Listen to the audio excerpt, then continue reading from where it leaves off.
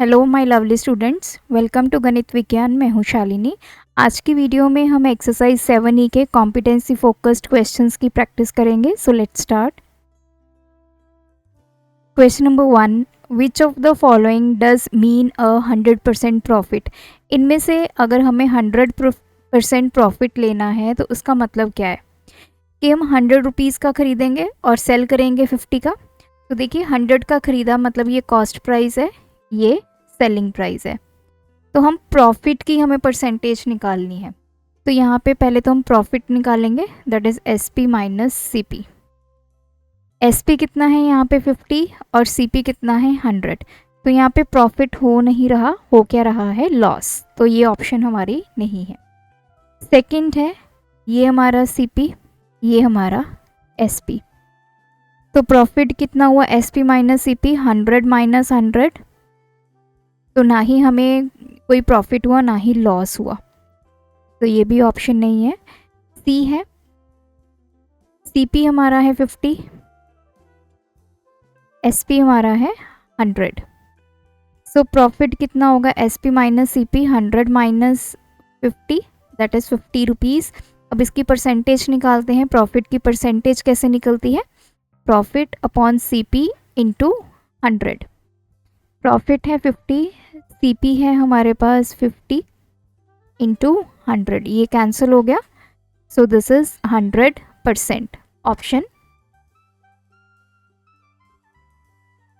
Question number 2, a shopkeeper buys a ball and a bat for rupees 200 and 500 respectively. तो shopkeeper ने एक ball purchase की और एक बैट कितने का, 200 और 500 का। तो कॉस्ट प्राइस है बॉल की rupees 200, cost price of bat rupees 500। For selling he marks the bat at 525। मतलब अब उसने इनको सेल करना है, तो जो बैट का मार्क्ड प्राइस है, ही मार्क्स का मतलब ये है कि उसने जो मार्क्ड प्राइस रखा बैट का वो कितना रखा, 525। So M P of bat that is rupees 525। What price should he ask for the ball if he wants to make a profit of 5% on the whole transaction? तो अब ये पूछ रहा है कि वो बॉल की कितनी अमाउंट रखे ताकि पूरी ट्रांजैक्शन पे, मतलब बैट और बॉल दोनों पे उसको प्रॉफिट कितना हो, 5% का। अब यहाँ पे देखिए पूरी ट्रांजैक्शन की बात हो रही है, मतलब बैट एंड बॉल उसने इकट्ठे ही सेल करने हैं। पहले तो हम सीपी निकाल लेते हैं दोनों का, ball and bat. Rupees 200 plus 500 that is rupees 700। Profit उसको हुआ 5% का। अब हम एसपी निकाल लेंगे। एसपी कैसे निकलेगा, 100 plus profit percentage upon 100 into CP. So 100 plus 5 upon 100 into 700, which is equals to 105 upon 100 into 700. So 735 दोनों का क्या होगा, सेलिंग प्राइस होगा। अब यहाँ पे पूछा है कि वो बॉल की कितनी वैल्यू रखे। तो बॉल का कितना प्राइस होगा, देखिए बैट का प्राइस हमें गिवन है 525, इतने का उसने बैट सेल करना है, मतलब ये सेलिंग प्राइस है। तो बॉल का सेलिंग प्राइस क्या होगा, जो टोटल सीपी एसपी है दोनों का selling price minus selling price of bat. तो ये एसपी ऑफ बॉल हमारे पास आ जाएगा। तो टोटल सेलिंग प्राइस है 735, दोनों चीज़ें वो 735 की अगर बेचेगा तो उसको 5% का प्रॉफिट होगा, जिसमें से बैट की वैल्यू कितनी है 525। सो एसपी ऑफ बॉल कितना आ गया, 210 rupees. So option C. Question number 3, a shopkeeper bought an item and plans to sell it in 2 ways। एक शॉपकीपर ने एक आइटम को खरीदा और 2 मेथड से उसको बेचना चाहता है, तो हमें ये बताना है कि कौन सी ऑप्शन बेस्ट है, फर्स्ट वाली, ये वाली, या सेकंड वाली, या दोनों ऑप्शन सेम है, सेम ही रेवेन्यू जनरेट करेंगे, या इनमें से कोई नहीं। तो एक एक करके इनको हम सॉल्व करते हैं। फर्स्ट है, the shopkeeper gives a discount of X% on marked price. उसने मार्क्ड प्राइस के ऊपर X% पहले डिस्काउंट दिया, फिर उसने X% जो टैक्स है वो अप्लाई किया। अब ये X% टैक्स किस पे लगा है, जो डिस्काउंटेड वैल्यू है। हम मान लेते हैं लेट जो मार्क्ड प्राइस है उस आइटम की वो है X, या फिर आप इसको 100 रुपीज़ भी कर सकते हैं, क्योंकि X ऑलरेडी इस क्वेश्चन में यूज़ हुआ है, तो 100 से थोड़ा इजी हो जाएगा इस क्वेश्चन को सॉल्व करना। आप इसको Y A कुछ भी लेके भी कर सकते हैं, तो कोई प्रॉब्लम नहीं आएगी। सबसे पहले डिस्काउंट कितना दिया उसने, X% ऑफ मार्क्ड प्राइस, तो X बाय 100 इंटू 100। तो डिस्काउंट उसने कितना दे दिया, X रुपीज़। तो उस आइटम की क्या वैल्यू होगी, या price of item after discount. 100 rupees की वो आइटम थी, X रुपीज़ उसने डिस्काउंट पे दे दिया, तो कितनी अमाउंट आ गई उसकी, 100 माइनस X। इतने रुपीज़ की अब वो आइटम जो है वो बेचने के लिए रेडी है, इतनी अमाउंट वो लेगा। अब उसने क्या किया, ये जो डिस्काउंट के बाद प्राइस है इसके ऊपर उसने X% टैक्स लगा दिया। तो टैक्स कितना है, X%। अब ये X% टैक्स किसके ऊपर लगेगा, ये डिस्काउंटेड वैल्यू पे। So X% of 100 minus X कितना हुआ, X by 100 into 100 minus X। अब ये X बाय 100 पहले 100 से मल्टीप्लाई हुआ, सो X बाय 100 इंटू 100, ये कैंसिल हो गया, तो ये आ गया X। फिर माइनस, फिर ये X by 10, sorry X by 100 किससे मल्टीप्लाई होगा, X से, तो ये आ गया X स्क्वायर बाय 100। तो ये तो आ गई टैक्स की अमाउंट। अब हमें पता है कि जब भी कोई आइटम सेल होती है तो उसमें उसका प्राइस प्लस टैक्स, ये दोनों चीज़ें क्या होती हैं, इंक्लूडेड होती हैं। So final price of item, तो डिस्काउंट के बाद उसकी क्या वैल्यू रह गई उस आइटम की, 100 माइनस X। इसमें हमें क्या प्लस करना है, जो टैक्स आया है, टैक्स कितना आया है, X minus X square by 100। so this is 100 minus X plus X minus X square by 100, ये cancel, so this is 100 minus X square by 100। तो ये हमारी फाइनल वैल्यू आ गई है उस आइटम का प्राइस, इतने रुपीज़। तो ये तो हमने फर्स्ट पार्ट सॉल्व कर लिया। सिमिलरली अब हम सेकंड पार्ट को सॉल्व करेंगे। अब यहाँ पे क्या है, the shopkeeper hikes the marked price by X%। Shopkeeper ने क्या किया कि जो उसका मार्क्ड प्राइस था वो X% से बढ़ा दिया, फिर उस पर X% क्या दे दिया, डिस्काउंट दे दिया। डिस्काउंट अब किस पे दिया है, जो हाइक्ड प्राइस था, जो वैल्यू उसने बढ़ा दी थी उस पे उसने X% का डिस्काउंट दे दिया। तो सेम लेट मार्क्ड प्राइस उस आइटम की 100 रुपीज़ है, पहले उसने मार्क्ड प्राइस कितनी बढ़ा दी, बाय X%। तो हाइक इन मार्क्ड प्राइस, ये कैसे कैलकुलेट करते हैं, जो मार्क्ड प्राइस है plus X% of marked price. Marked price कितना है, 100 प्लस X% ऑफ 100, तो this is equals to 100 plus ये आ जाएगा X बाय 100 इंटू 100, ये कैंसिल। सो मार्क्ड प्राइस की अब वैल्यू आ गई 100 प्लस X। अब उसने क्या किया, X% डिस्काउंट दे दिया। डिस्काउंट कितना दिया, X%। अब हमें पता है जब भी डिस्काउंट दिया जाता है वो किस पे दिया जाता है, मार्क्ड प्राइस पे। So X% of marked price. अब देखिए x% ऑफ, अब ये जो डिस्काउंट दिया है किस पे दिया है, जो हाइक्ड प्राइस है, हाइक्ड प्राइस हमारा क्या है 100 प्लस x। सो ये x परसेंटेज का क्या आ गया बाय 100 ऑफ मतलब मल्टीप्लाई 100 प्लस x। अब ये x बाय 100 पहले 100 से मल्टीप्लाई होगा तो x बाय 100 इंटू 100 ये cancel, this is x plus x by 100 into x, तो ये हो गया x स्क्वायर बाय 100। तो ये तो हो गया हमारा डिस्काउंट।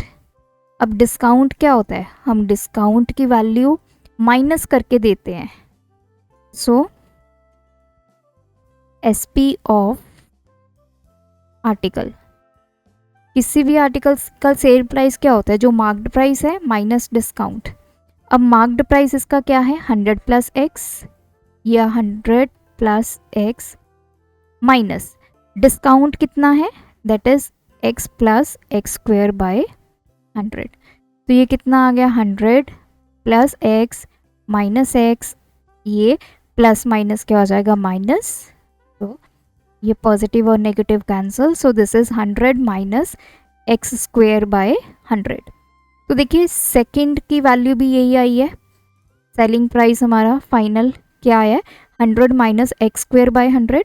और मैं अगर आपको फर्स्ट चेक करवाऊँ तो उसमें भी हमारे पास क्या है 100 माइनस एक्स स्क्वेयर बाय 100। तो इसका मतलब जो हमारी दोनों वैल्यूज़ हैं वो क्या हैं सेम आई हैं। So option C both will give the same revenue.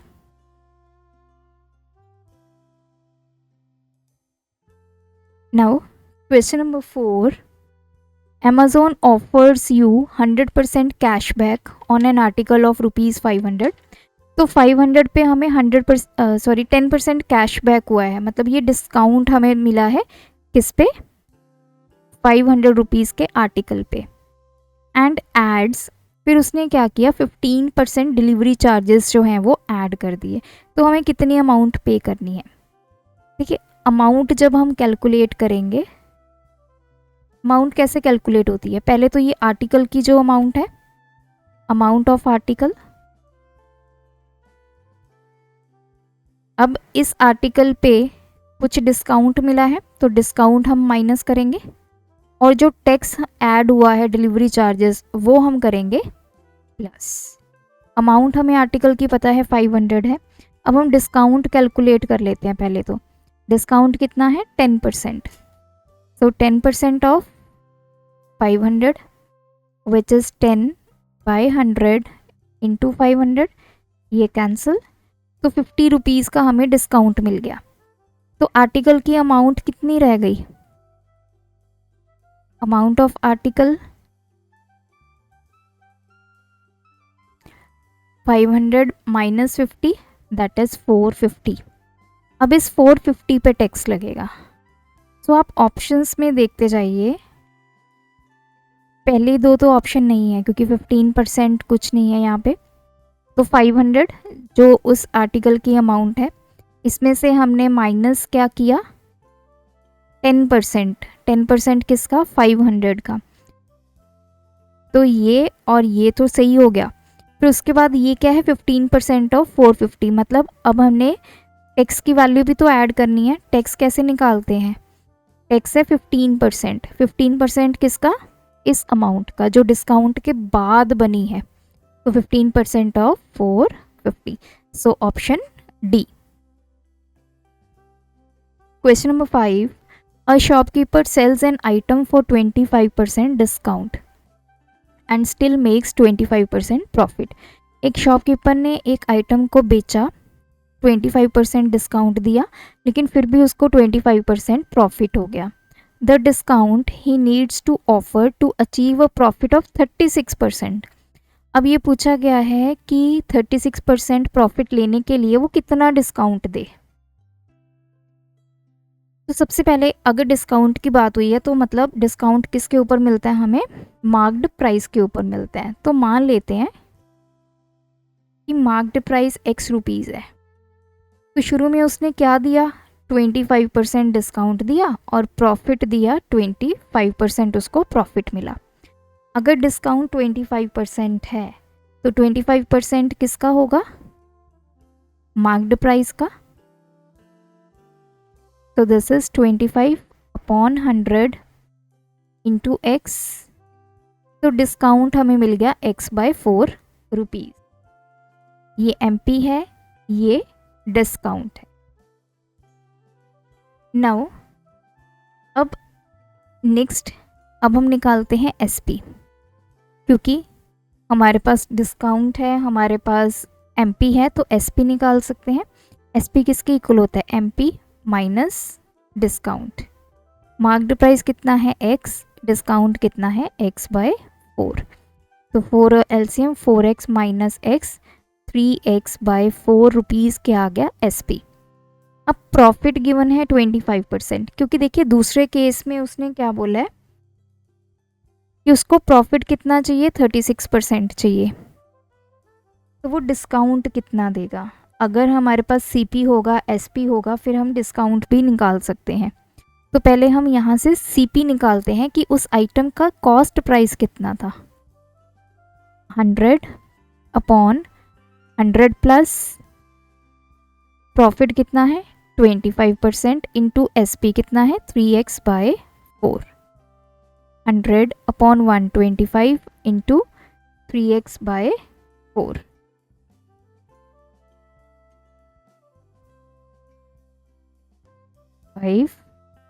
तो ये आ गया 3x/5 रुपीज़, उसका कॉस्ट प्राइस था। नाउ अब हमारे पास कॉस्ट प्राइस भी है, प्रॉफिट है, कॉस्ट प्राइस है। अब हम नया सेलिंग प्राइस निकाल सकते हैं कि किस पे उसको बेचें ताकि हमें 36% का प्रॉफिट हो। SP कैसे निकलेगा? 100 plus profit percentage 36/100 into CP कितना है? 3x/5। 136/100 into 3x/5। तो ये हमारा आ गया SP। अब इसको सॉल्व कर लेते हैं। तो अभी ये आ गया 500, ये आ गया x। तो 408x/500। अब देखिए यहाँ पे हमें डिस्काउंट निकालना है, वो भी परसेंटेज फॉर्म में। तो डिस्काउंट परसेंटेज किसके इक्वल होता है? डिस्काउंट अपॉन MP इंटू 100, ये फॉर्मूला होता है। तो हमारे पास डिस्काउंट की वैल्यू नहीं है, MP है। तो CP है, SP है, MP है। MP क्या है? स्टार्टिंग में हमने लिया x, तो हम डिस्काउंट निकाल सकते हैं। Discount is MP minus SP। MP x है, न्यू सेलिंग प्राइस कितना है? 408/500 x। 500 LCM,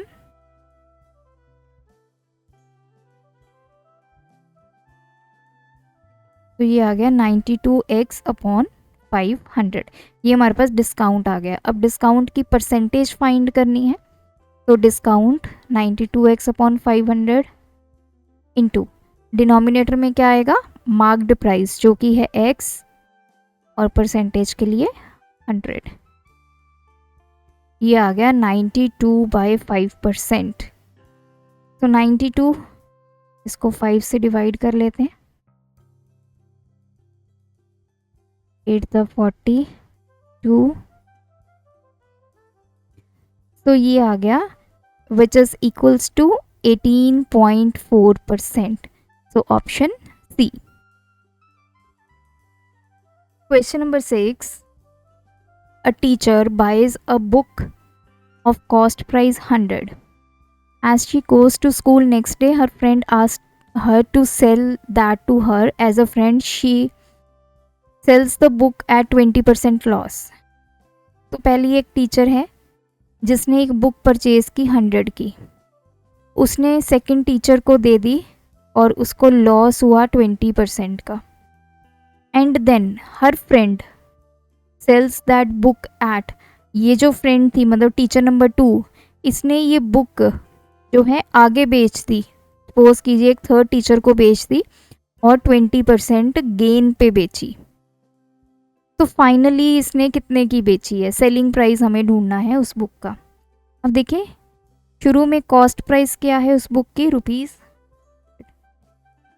पहली टीचर ने दूसरी अपनी फ्रेंड को दी, टीचर नंबर 2 को, और उसको लॉस कितना हुआ, 20% का।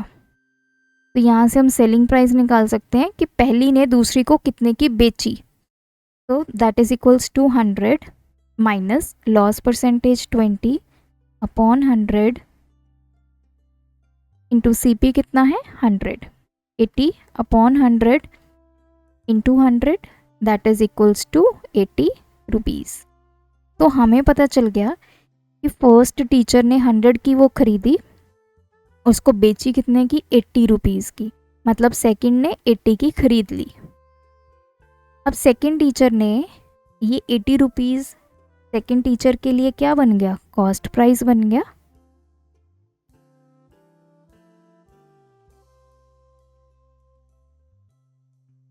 CP और यहाँ पे T2 लिख लीजिए।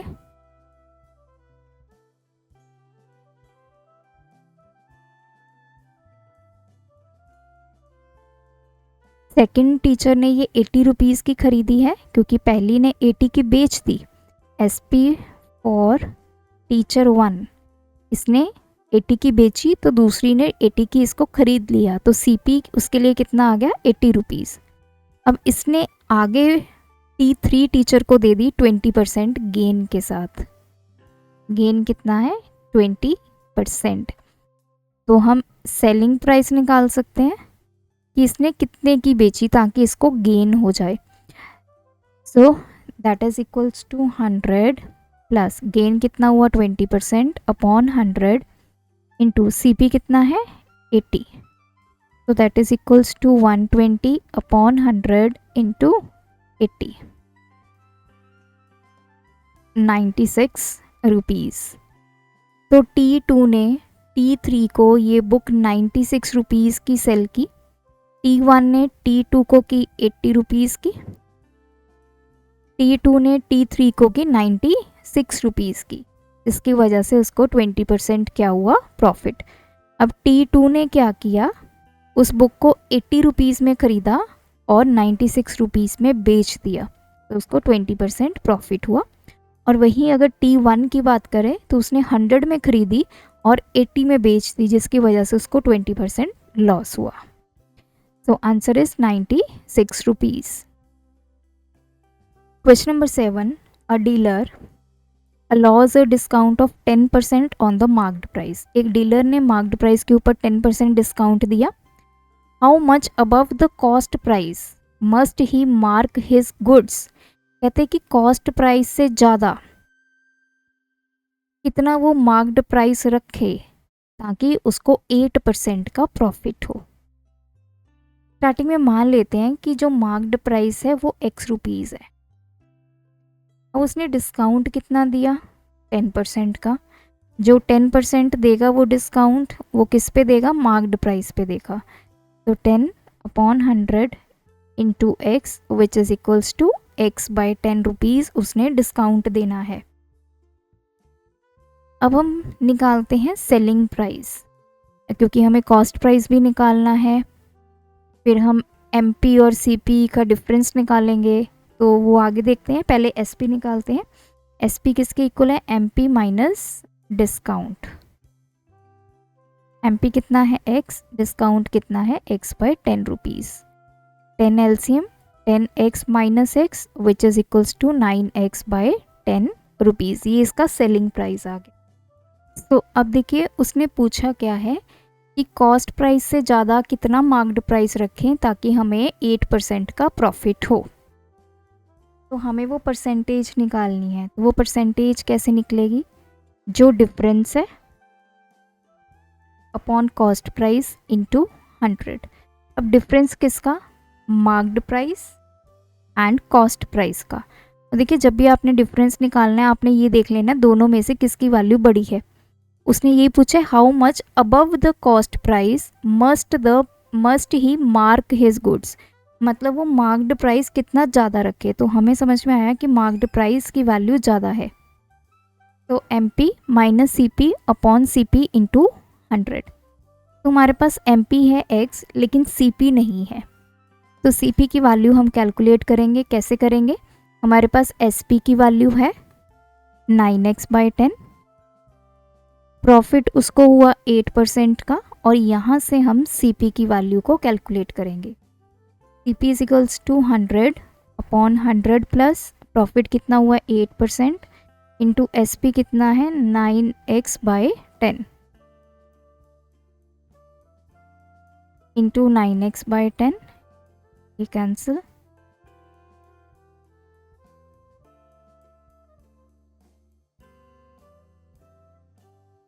तो सी पी आ गया 5x/6।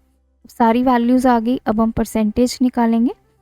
M P is x minus C P कितना है 5x/6, डिनोमिनेटर में आ गया सी पी जो कि है 5x/6 इंटू 100। सो न्यूमिनेटर में हम यहाँ पे 6 को लेंगे एलसीएम, तो ये 6x माइनस 5x/6 आ गया, डिनोमिनेटर में 5x/6 है into 100। So this is equals to x/6, denominator में 5x/6 इंटू 100। तो ये x 6 चला जाएगा डिनोमिनेटर में, डिनोमिनेटर में है 5x/6, 5x यहाँ पे रहेगा, 6 ऊपर चला गया इंटू 100। तो दिस इज 20%। सो अगर वो मार्क्ड प्राइस कॉस्ट प्राइस से 20% ज़्यादा रखेगा तो उसको प्रॉफिट होगा 8% का। लास्ट क्वेश्चन है, a dishonest seller sells fruit with 960 gram weight instead of 1 kg weight. If he sold the fruits at the cost price his gain is. तो question को समझते हैं। एक सेलर ने फ्रूट बेचे, 1 kg की जगह उसने 960 ग्राम बेचा, तो अगर वो फ्रूट्स को कॉस्ट प्राइस पे ही बेच देता है, जितने का खरीदा उतने का बेच दिया, तो उसको कितना गेन होगा? गेन क्यों होगा? यहाँ पे सीपी और एसपी तो सेम है, लेकिन गेन क्यों होगा? क्योंकि वो यहाँ पे 1 kg की जगह पे 960 ग्राम जो है वो सेल कर रहा है। तो सबसे पहले let cost of 1 gram fruit, हम मान लेते हैं कि 1 ग्राम जो फ्रूट है उसकी वैल्यू x रुपीज़ है। तो यहाँ पे देखिए, अब वो बेच कितना रहा है 960 ग्राम। 960 ग्राम फ्रूट की वैल्यू कितनी होगी 960 x रुपीज़। अब उसको गेन कैसे होगा? कितने का गेन हुआ? बेचना तो उसको 1 kg, लेकिन उसकी जगह पे बेच क्या रहा है वो 960 ग्राम्स। 1 kg को कन्वर्ट कर लीजिए, ये हो गया 1000 ग्राम्स। तो गेन कितने का हुआ? 1000 ग्राम उसने बेचने थे, लेकिन बेचे कितने 960 ग्राम्स। तो 40 ग्राम्स उसको क्या हो गया यहाँ पे गेन हुआ है। अगर इतना गेन हुआ है तो गेन की परसेंटेज हमें निकालनी है, दैट इज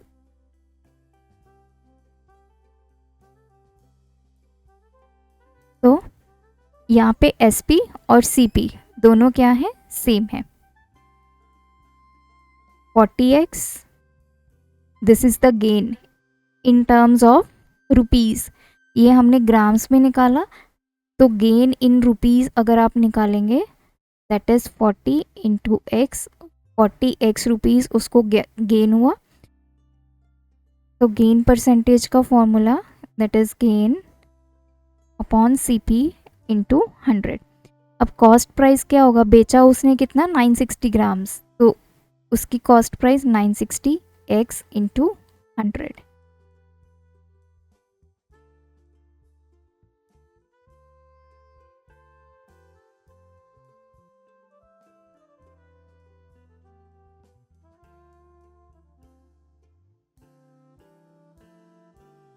तो ये फर्दर भी कैंसिल हो जाएगा, 2 5 था 2 6 था, So this is 25/6%, or you can write it 4/1/6%. So option D. तो सिर्फ जो गैप है इनमें 1 kg और 960 ग्राम्स में, वो उसका टोटल गेन हो गया। तो गेन अपॉन CP इंटू 100। तो ये थे आज के वीडियो के क्वेश्चंस। आप भी प्रैक्टिस कीजिए। कोई डाउट है कमेंट ड्रॉप करें। Thanks for watching. बढ़ाना है ज्ञान, फॉलो गणित विज्ञान।